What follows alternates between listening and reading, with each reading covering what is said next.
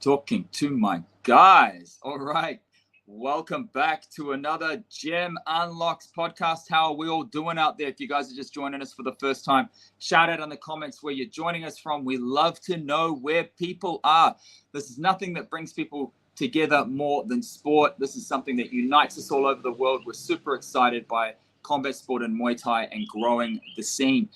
This is the show where we bring you inspiration, Gym Unlocks, information of the world of combat sports. And we've got the goal of helping people to understand what it is and get involved with the sport that we all love and raise the community together. I'm really excited today, guys, for our very, very special guest.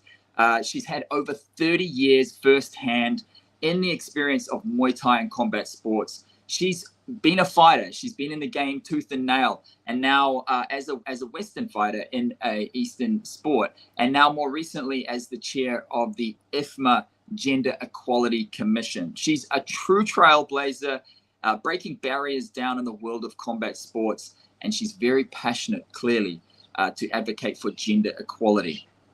So she's transformed the landscape of Muay Thai, but I'll let her talk a little bit more about that. Please welcome our very special guest today, Sue Glassey, all the way from New Zealand. Thank you. Thanks for having me. It's an honor.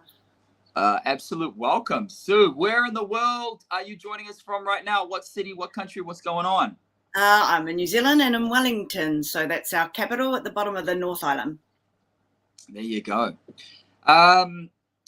So I like to kick these things off, usually throw a little curveball out there.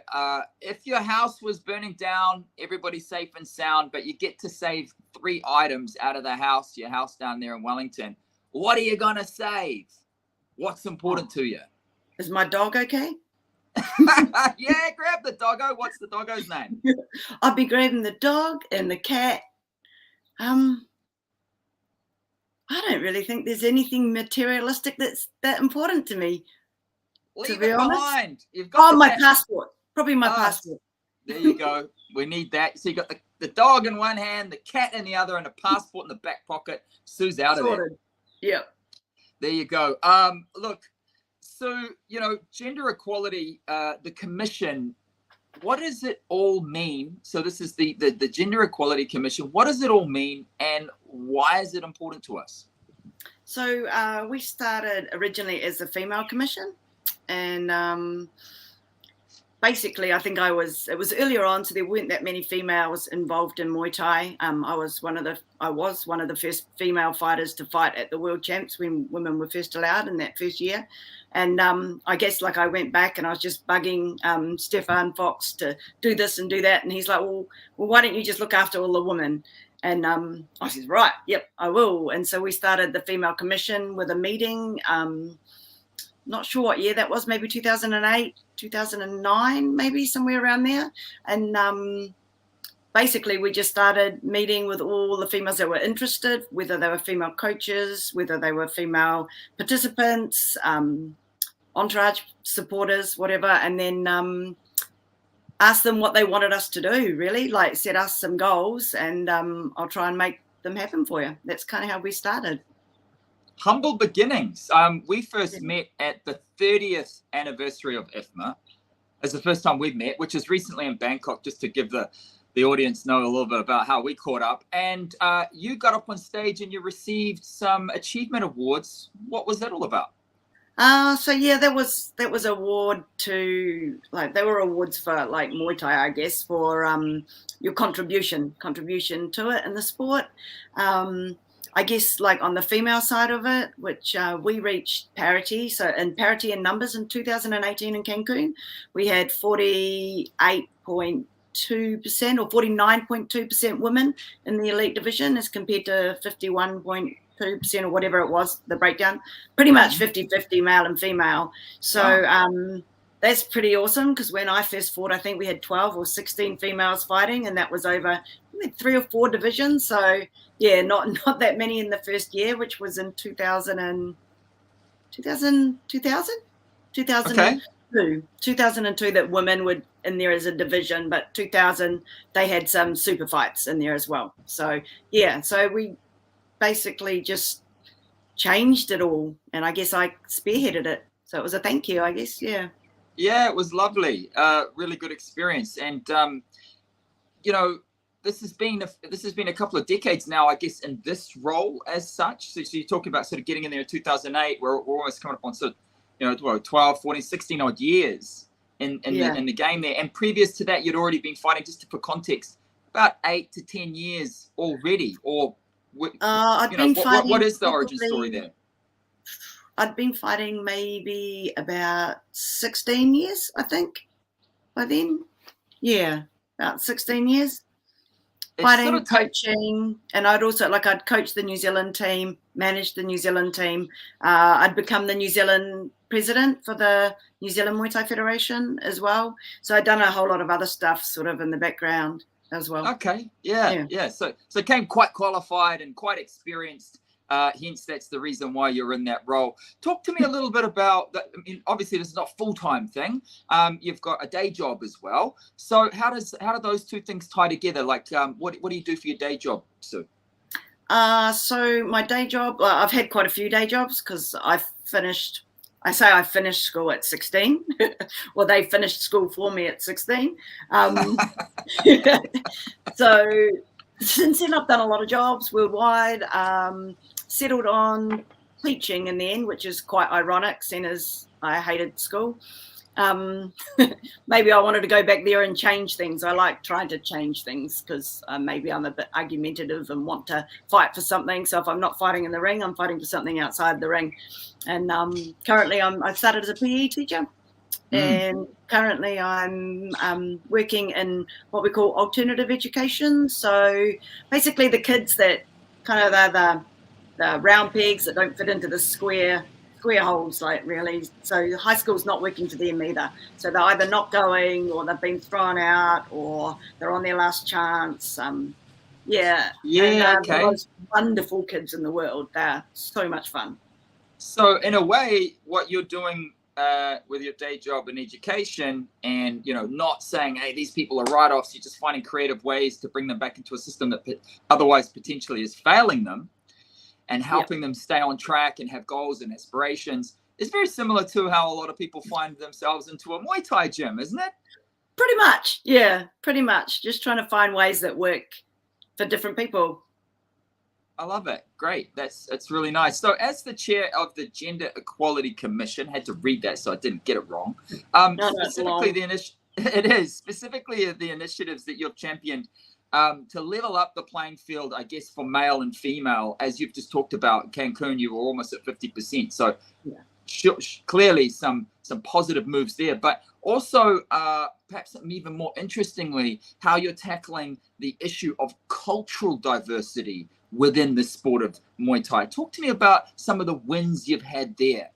There's about 5 main things we did, because I did my thesis on it because I wanted to know what it was that really made some of these differences. So I kind of studied and interviewed some people, but especially the last championships where I met you, the 30th year, that was probably what was a significant difference for me looking in the ring while females were competing, was the amount of women of the Muslim faith, or from cultures where that is the predominant faith.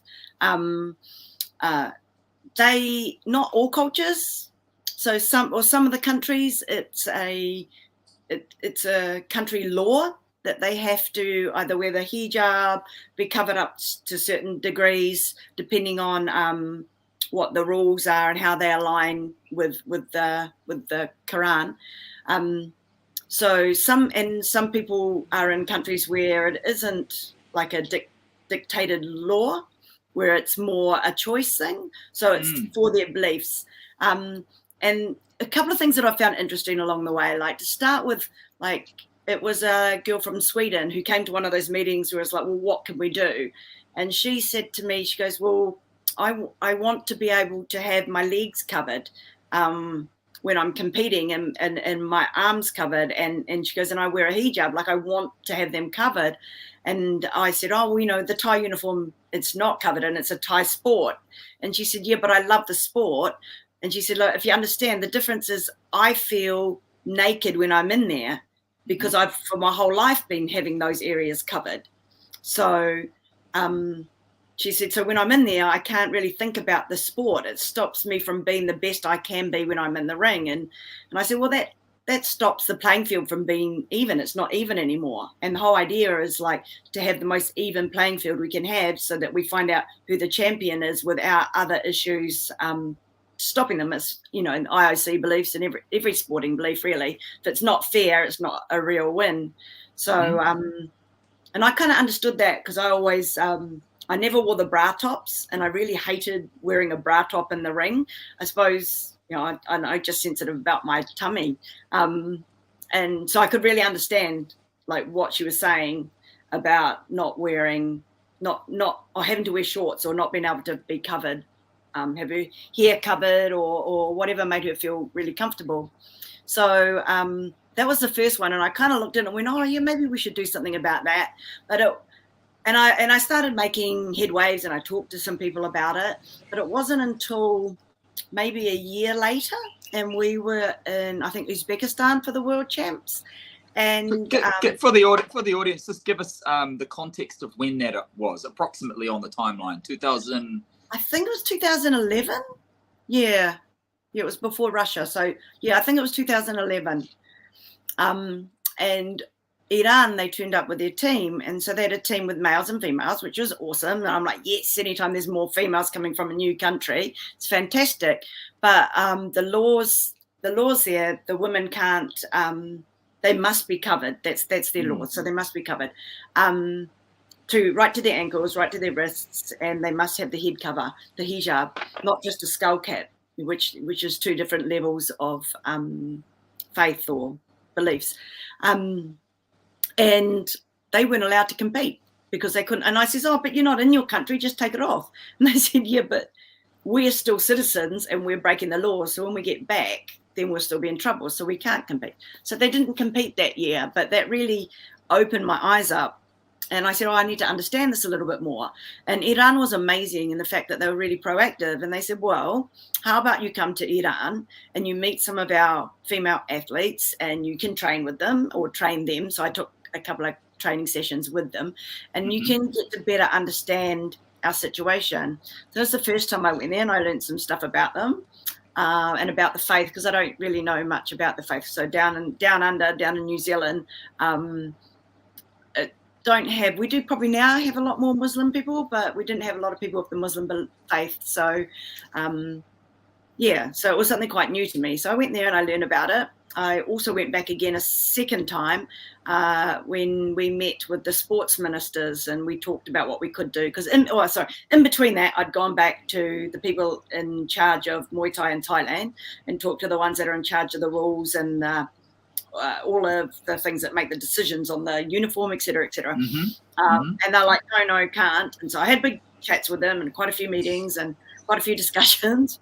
And then we're like, oh, what about a compromise? I'm like, okay, so they can have the hijab because it'll be, as long as it's a tight one and it's covered by the helmet anyway. And I'm like, okay. And they said, well, and then the gloves come up to say, you know, can you see me about here? Yeah, so there you go. Yeah, so how about they wear like a 3/4 thing, and then same on the legs, or even to just below the knees on the legs, because they're shin pads, right? And so then they still will all be covered. And I was like, oh, that sounds perfect. That's a great compromise. So you got a win. You got yourself a win there. And yeah, I thought it was a win-win. I thought I was like nailing this. And so I went back to them and they said, well, that will work in some countries, but in some countries it won't. And for some people, depending on where their beliefs sit, it won't be enough. And I says, oh, but it's still going to be covered. And they said, yeah, but if they go into the ring and then put the gloves on, they won't be. If the shin pads slip, then they won't be. Like and it's also about where they feel comfortable. It's like that feeling of nakedness, and like nobody wants to be naked in front of a crowd. So no matter what, right? So, well, actually, it's probably some people. Yeah, exactly. Yeah. So you had a win there, right? You had a win. And I guess that's the first of many wins that you've had in this role, but that being potentially one of the highlight wins that you've had. And that's meant that so many more people around the world can now participate in the sport of Muay Thai and have a shot at becoming a world champion and, getting the attention of selectors and representing their country and really, really exploring that for themselves. You've made it more accessible for more people to approach the sport, which is fantastic. Yeah, it's brilliant. And then when the first Islamic woman won a gold, that was, another milestone. And they just had, was it last year? They had the first Islamic Muay Thai games. So it was all of those countries, and it had that gender equality because there was males and females. So and a whole lot of countries I've seen that never came before are now coming with women. Saudi Arabia, Egypt, Iran, Dubai, and other ones that probably said they would never come with women. Some statements I've been told where women belong and not in a ring. But now, they're all coming with women, and some of that also came from having youth, and then it created a pathway as well. Right, absolutely, because the youth just tend to be a little bit more early adopting and open to change, and once that change gets started, then they can start talking to the generation up talks to the so you get that and when slow coaches, wheel turning. I guess and the coaches, a lot of the coaches that were fighters got older, and then they had children of their own, and they had daughters, and they wanted to share their sport with their daughters, and so then it actually became a personal thing for them too, so that made a difference too. So you're getting that buy-in. I guess one of the things that you've learned in this role is that not all change is immediate, and that you need to be persistent and consistent in order to get what you want, right? Yeah, definitely, because it was only a trial. We had a trial for 2 years and to see whether it would work. And then in 2014 in Langkawi, in Malaysia, that was when it became permanently in our records. And but there was still some disparity. I'll just tell you a little, Ed, it's kind of funny. So there was a fight going, just starting, and the girls had jumped in the ring, and one of the girls was from the Netherlands, so from Holland, and she was just wearing tights on her legs, so she had no hijab on and she had no bodysuit on, because that was her choice. And then the referee had said, no, she can't fight because she has to wear all or nothing. And so I was like, what? And so I came running across the thing, jumped inside the rope, jumped over the ropes, told the referee off, told the judges off, and said the fight will go on. Play on, chop D. Yeah. Let's and then go. Turkey, the whole Turkish team in the crowd, which there had to be about 30, 40 of them, all stood up and were cheering. And so that was pretty cool. What a moment. Reflecting back on those last 3 decades, obviously there's just so many moments, but big wins to be had, and clearly it is important in our community, so that, as I say, we can have more females from different parts of the world truly representing their countries in the sport of Muay Thai. That's for the sport, right? Definitely. The more people that are doing it, the more competition there is, and the better you get at it. 100%, I agree. In the landscape of Muay Thai in these last 3 decades, just in terms of gender equality, how have you seen that landscape shifting? As you say, it's the numbers are reflective, so the numbers don't lie. Clearly, more people are participating, but also the attitudes. How have you seen the attitudes changing? They've changed hugely, and I think as women have had more and more competition, then their skill level has got better and better. So if we went back maybe, it's probably even 5 years, maybe 8 years, you could tell whether it was a male or female fighting in the ring just by the way they were fighting, because the males were a lot more skillful. I mean, males and females have quite different styles, so you might be able to tell kind of through that. But now, if you don't know whether they're male or female, because they've got all the padding and the gears on, the protective gears, you actually can't tell which one's won because of the skill level. You can't actually tell. The women are now as good, I think, as the guys are. And the more females see other females doing it, then the more they're gonna want to do it. And I think it's kind of like when you go to war. Not that I've been to war, but if I'm assuming that if you go to war, you make comradeship with the people that you do this battle with. So I kind of liken that to Muay Thai. Like if you get in the ring, you understand all of the things you have to overcome to be in the ring. You understand the sacrifices, the determination, and just how hard it is to actually get in there to compete against somebody who's training to smash you. And so I think when guys see that girls do it, they feel they are on the same journey as them, and the respect levels have changed. I think like they see that women want to do it the same way that they do, like the desire, what they do, the training, none of that's different really. So that helps with the equality, if that makes sense. I like it. That's really good. And I've just got a question here.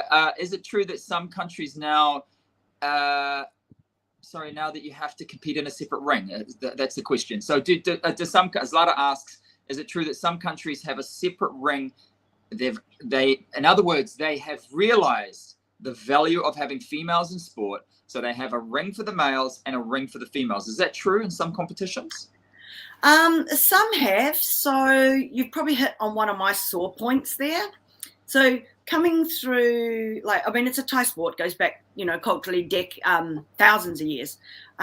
And women weren't allowed to do it. And it was about them menstruating and being unclean. And they weren't allowed to touch the ring because of all the superstitious beliefs, et cetera, et cetera. So women weren't even allowed to touch the ring, be near the ring, touch the fighters, anything like that, because it would bring bad luck to them. Mm-hmm. You saw it on the Lumpini stage where they would have women or ladies do not touch the stage.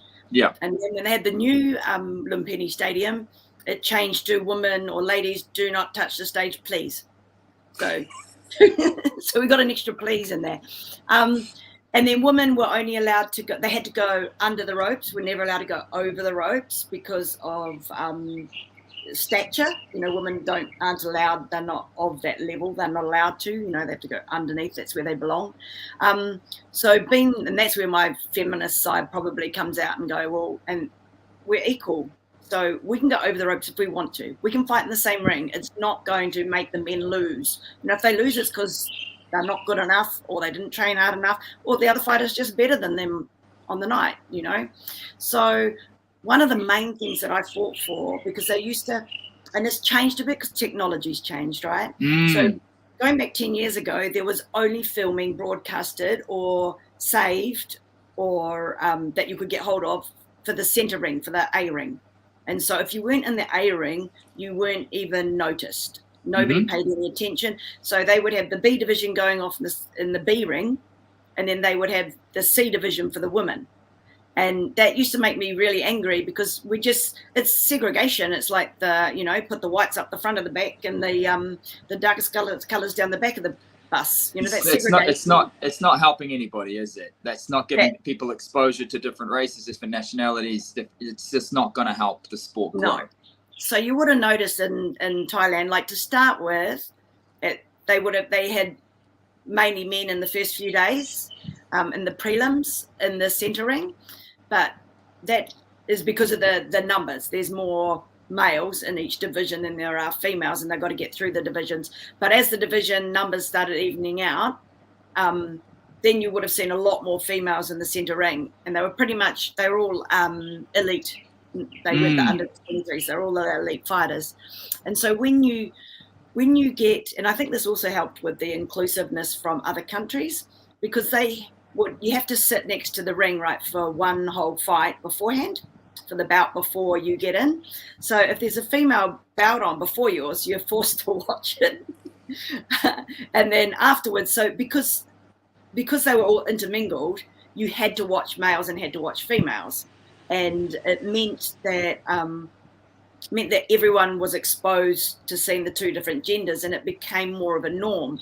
If you look, and I think one of the biggest failures that boxing did was they started a world champs, and it was for just females. And it's like, A, they didn't get the sponsorship, B, they didn't get the viewership. If you want to create there's a difference between equity and equality, right? Equality is when we're equal, and equity is when you do some extra things to help the people that haven't had the experience yet. You do it actually in the gym when you're sparring. A better person will take things lighter, will go slower, will let them hit a bit, we help them to get better. Yeah. It's like a compensation as such. We recognize they need a bit of extra help, so we provide a compensation. That's your definition? Yeah, that works. Yeah, that works. And so I think it's really important that women and men fight in the same ring, because the more you segregate them, then one is going to get, and the male fighting will have a lot more following because it's always been a male sport and it's already got that following. I mean, like you talked about ONE and like the UFCs and stuff like that. Now, because they have been promoting women, it's not at the same ratio, but they're promoting women, it's becoming more and more popular. So the more people see women fighting, the more popular it'll become and the more other women will want to do it. But if you segregate them, then you're just missing out on half the opportunities and there's no equality there. That's a good point. And I think, these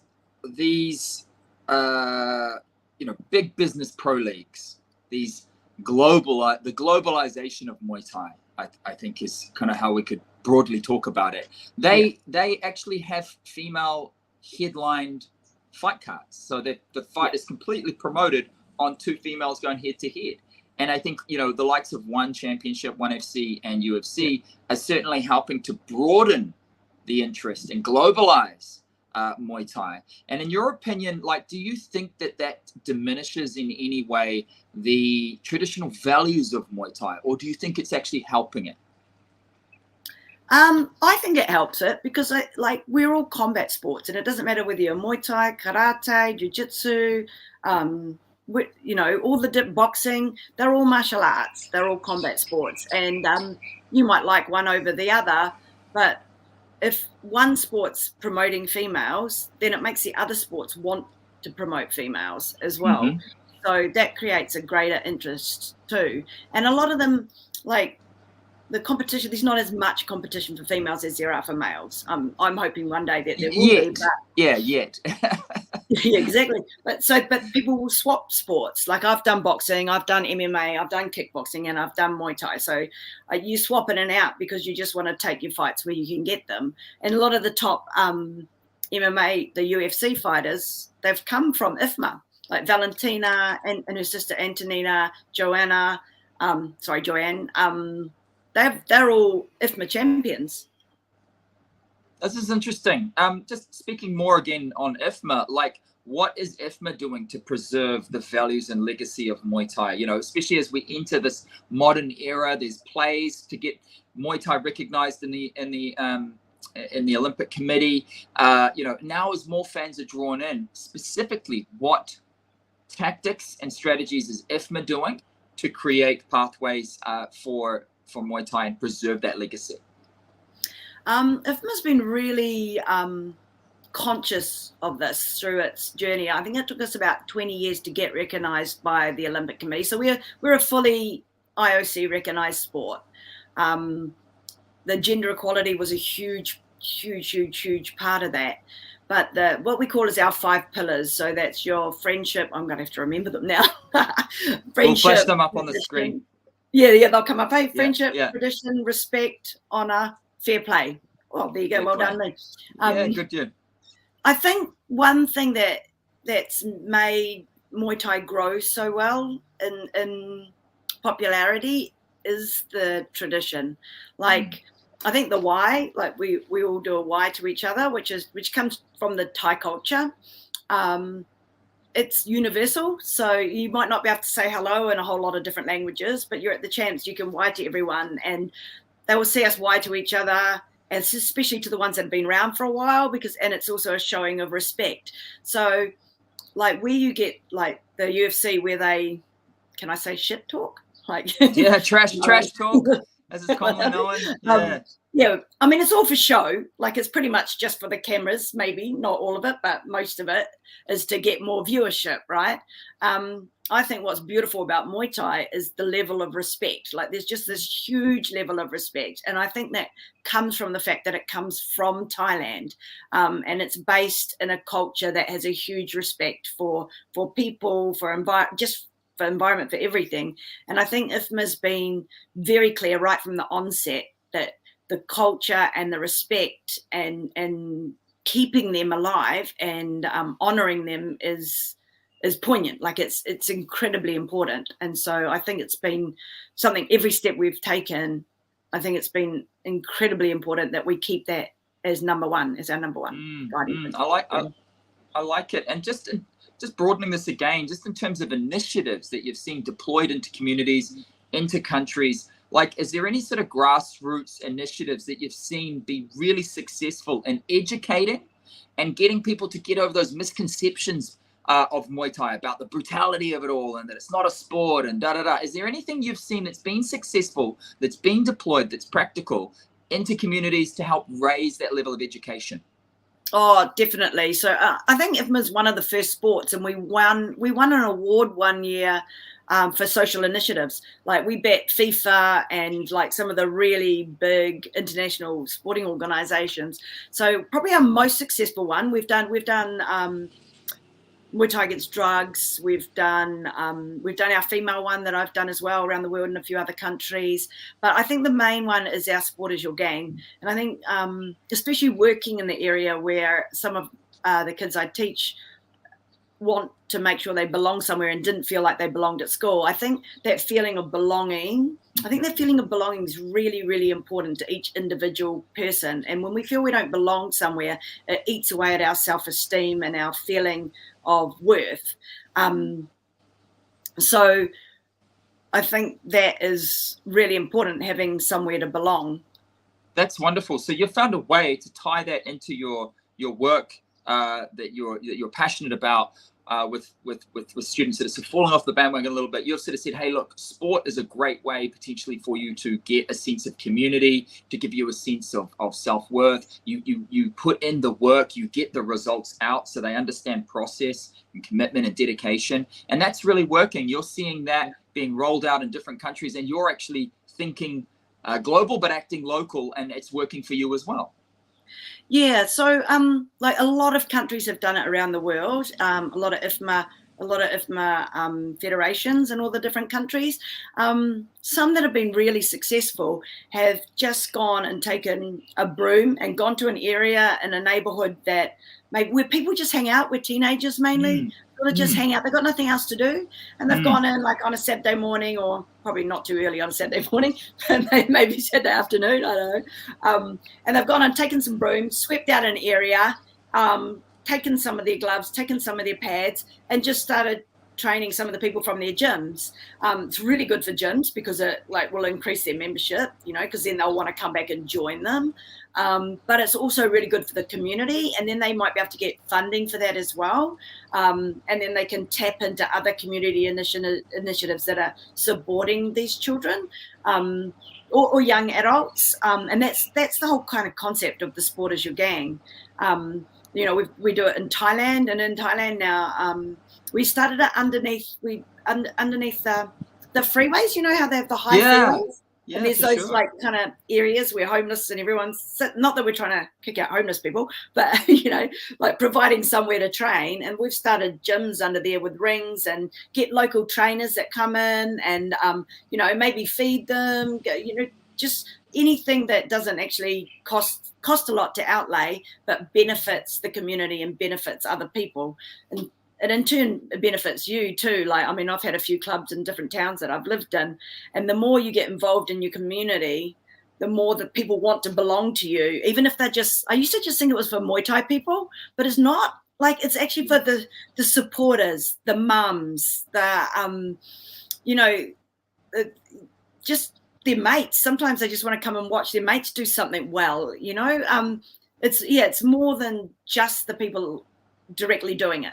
Yeah, and I think you touched on that earlier. You talked about technology and this sort of like proliferation of attention all over the place, and people are not focused, but they're not bound together by a community. They don't have something that they can turn up to regularly and contribute and get benefit from. And I think that's really interesting that you've done that. And when I look at Bangkok, I see that there is, impoverished areas built up with like massive high rises. So the gap of equality is huge, but it all just brought in together in communities. So it's almost like these boroughs that have this tapestry of different ways of life. And, you're talking about bringing that into some of those places and making it accessible for people to get involved in, because there's nothing that levels up the playing field more than sport, right? Exactly. And like I just got an email the other day. So I was working with a lady who's a Muay Thai people. We just all bring each other together around the world. But so she's done Muay Thai, but she works for Professor Eunice, who's had like the Nobel Peace Prize, I think, for doing things to do with sport in communities and putting not just like one sport. So there might be basketball, and then there might be, I don't know, a few other sports as well as Muay Thai. And we have just got, so I helped initiate it, but they're running with it. UNESCO is now on board with it. So UNESCO, Professor Eunice, and then we've just got a really big sponsor to actually start paying to get the gears and the place and everything set up. And then they were also bringing in local, because like I said about mums, right? You have a kids go there, and then the mums just sit kind of bored. So it's like run mum self-defense things at the same time, or some of these mums are now starting little businesses around the sport area. So they might be selling drinks when things are going on, or, you know, so that there's business in there as well. And it can just build up a whole community, provide income, heaps of cool stuff. Yeah, opportunities for all, right? It just depends on your outlook. Like, are you a victim, or are you, you know, someone who's being proactive? So it just depends on how you react to these situations. Do you want to be victimized, or do you want to be the hero of the situation? And I love that. I love that it creates these opportunities. Now, we have a lot of small business owners that follow this channel, the Gym Unlocks. It's what it's all about: sharing knowledge and leveling people up.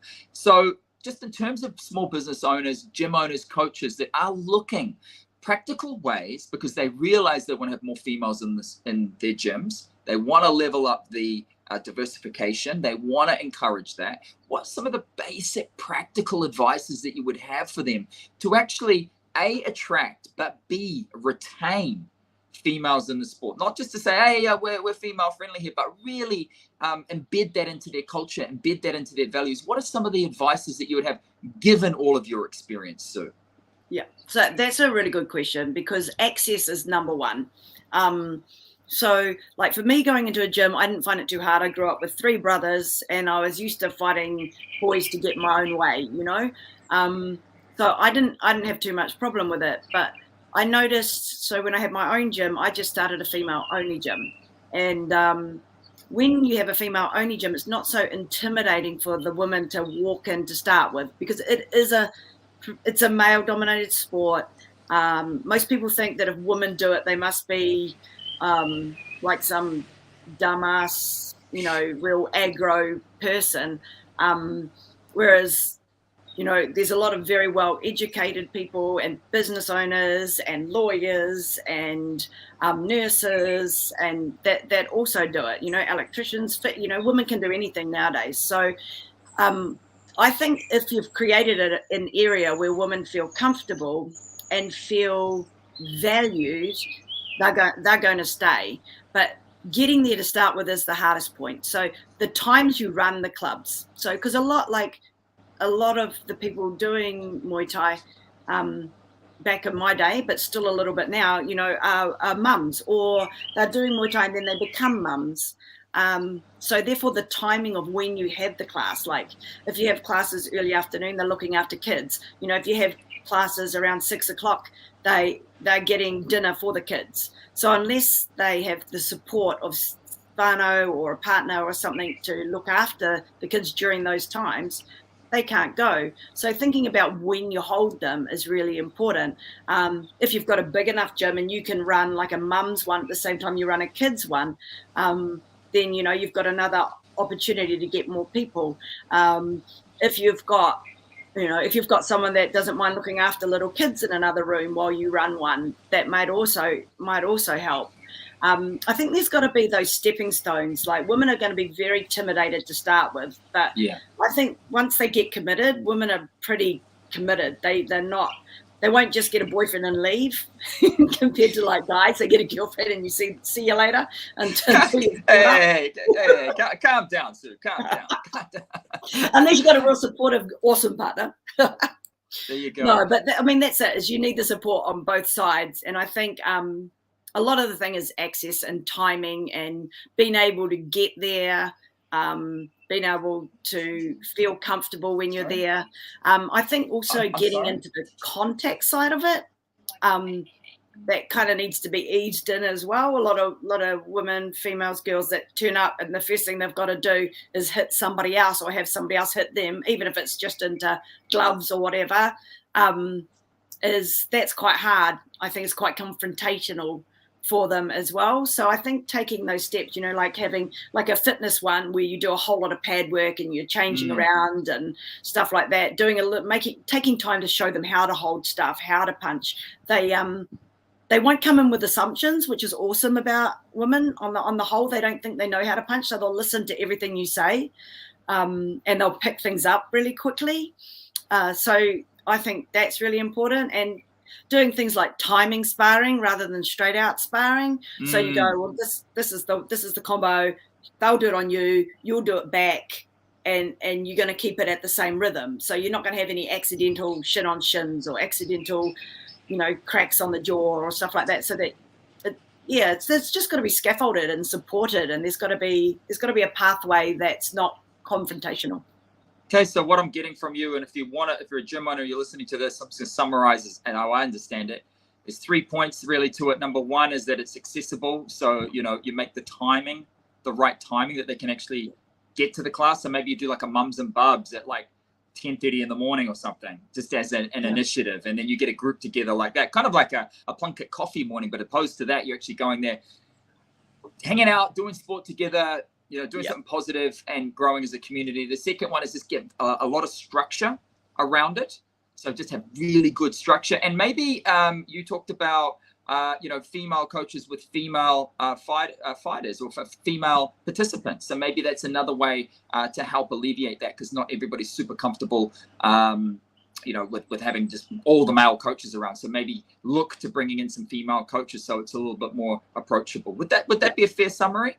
Yeah, definitely. Or some of your more experienced female athletes coming in and helping with the younger ones, especially when you go to grappling, because a lot of guys take their shirts off because they got all sweaty, and then you're grappling with them and you're like, some of the guys I used to grapple with, they were just awesome. I loved them because they were so respectful. They would bring a spare shirt so that if we grappled, they took off their sweat-sodden shirt and they'd put on a clean shirt. So if we did some grappling at the end, I wouldn't have to I love that. I think that's part of the joys of living in tropical Thailand, right? Obviously we've got mosquitoes around and things like that. But I think that's another good point, is just that if you had some sort of suggestion list, because you can't think of everything. It's kind of like trying to be the perfect parent and have this massive list of all the things you need to do before you have your kids. Like, you just can't do it. Things come up. So maybe just having an open line of communication and having suggestions. Hey, maybe we can improve this. Maybe we can try that. And if the coach is coachable themselves and willing to listen, they can really create an environment that serves everybody in the best interest, especially when it comes to attracting more women into their gyms. Yeah. Definitely. So I was just going to say one other thing was now I forgot it. So you go on. So we'll come back to it for sure. So that's for business owners. And now we've got, when we think about our already in the community. So talking about those who are already training, our girls, our guys that are actually already training, already part of the community. What can they do potentially to help, grow the sport themselves amongst their communities? So some things that have been really popular, like Spain, for instance, they started up a Muay Thai, and a few other countries have followed through and are doing this too. Like Argentina have done it, and Canada. So they've started up like she initiatives or female initiatives where they a couple of times a year, all the females from the gyms might come to one area and all train together and do a weekend training camp. Or they might have Sunday spars once a month and it's just all the females in that area. Or they might run a female-only fight show, or a female-only referee coaches or coaches training. And then that kind of helps them as well. And having even encouraging the women to have their own kind of like chat thing within your club, so that they can talk to each other and feel valued in what they're sort of putting forward. Mm-hmm. I love that. Great initiatives. Really good. Looking ahead, Sue, the sport is growing in global popularity. We've recognized that. Everybody working collectively together to grow the sport, get more people involved, and share the benefits of training Muay Thai. Some of the aspirations and goals that you've got, looking forward, especially in gender equality, specifically in Muay Thai, what do you envisage some of that evolving into? What are some of the big things on your agenda that you'd love to tackle over the next year, the year after that, year after that? Probably, I would like to see more. I'd like to see more growth in abilities or skill levels in some of the countries that have just started competing. So where the women have only just started competing, you can see that they come to the champs and it's first round lose every time. So I'd quite like to see maybe some of our older athletes be taken to some of those countries to be able to pass on some of the skills that they've got, because like I said before, women do compete and fight slightly differently to men. So some of our top female fighters, like male fighters, they used to fly them around the world to do seminars. So it would be awesome to get female athletes going and teaching other female athletes and sharing that top level knowledge so that we can just get better and better and better. That would be something big, like hugely is the female referees and judges. That's really, and coaches is really big on my list to grow. They would probably be my two main focuses probably going forward in the next few years. Oh, and the one other thing I want to do is, I'm not sure if it's going to come off or not. We're looking at it, so we're going to see whether it's viable. But we've got the Sport Accord Combat Games. So there's, is it 15 or 16 different combat sports that all get together. And this year it's in Saudi Arabia. And I would quite like for one representative from each of those sports, whether they're male or female, that has the interest in the gender equality, and us getting together and sharing what's working in other combat sports. Because I only know from my combat sport, I'd like to know what's happening in other combat sports and how can we support each other, what can we learn off each other. That would be the other, probably my third real focus I'd like to look at. Great. Plenty on the agenda. It's going to keep you busy. We're clearly going to be following along and supporting your journey. On that, who would you like to thank and acknowledge to getting you to this point now?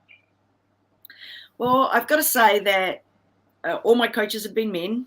All the people that have helped me get to where I am in the sport have all been men. So gender equality doesn't happen in a male-dominated sport without really awesome males to support us and to let our voice be heard and to give weight to our voice. So Sue Chambers was my first coach, and he was amazing. And then I moved shout out on. Stu Chambers. Shout out to Sue Chambers. In Palmy, down there in Palmy. Yeah, down in Palmy with the fight shop there. Ben Ahipini, he's probably been my biggest mentor, not just in the sport game, but also in my life. He's made a huge difference. A lot of women get into the sport because they have got some form of chip on their shoulder for whatever region it's come through or how it's come there. So I think if you're coaching a female, there's usually quite a lot more to it, and having a real strong mentor that's very clear on the lines between friendship, because you get very close to them and some people blur those lines. So it's one thing you've got to be really strong with. So a big shout out to Ben Ahipini. He's definitely the man. And then of course it's got to be Stefan Fox. So he was the one that recognised that what I had to say was worthy of listening to, and he was the one that stood next to me and told everybody else how important what I was saying was. So if he hadn't done that, then I'd also just be some woman going, yeah. So clap it up and recognize those strong men for enabling more and empowered women to come through and shine a light so that we can attract more equality and diversification into the sport and grow the sport together. Yeah. Well, let's flash up Yep, thank you very much. We've got the IFMA Women on Instagram. That's where to follow. Anywhere else where they can follow your journey and support you as we go along with those 3 major things that you're working on these next few years? So we've got the Facebook as well. So that's the IFMA Female Commission on Facebook. That's probably pretty much all we've got at the moment. We try and get some stuff on the international page as well, so that we've got some males and females in there. But probably the best thing people can do is share what they're doing. A lot of the times you think, oh, just because I'm not a world champion, I haven't got anything to offer. But actually, even if it's your first time going to a gym, and you do a quick little reel or a little TikTok or a little something and you post it up, you're just helping anyone else that's a little bit scared of going or a little bit timid or nervous. You know, like everyone's at different stages. So the more people can share what they're doing, even if it's just training, doing sprints at home to get fitter so that you can do more, the more we can see women doing Muay Thai in every aspect of it, the better. Judging, coaching, and participating. Yeah. And supporting. Wonderful. Sue Glassey, fighter, trailblazer, equality battler, Kiwi from down under. Thank you so much for your time. It's been an absolute pleasure. I'm sure everyone's got a lot of value out of hearing you talk, and we're going to be following your journey. So we appreciate that. With that, thank you guys for tuning in, and we'll catch you on the next Gym Unlocks podcast. Thank you so much.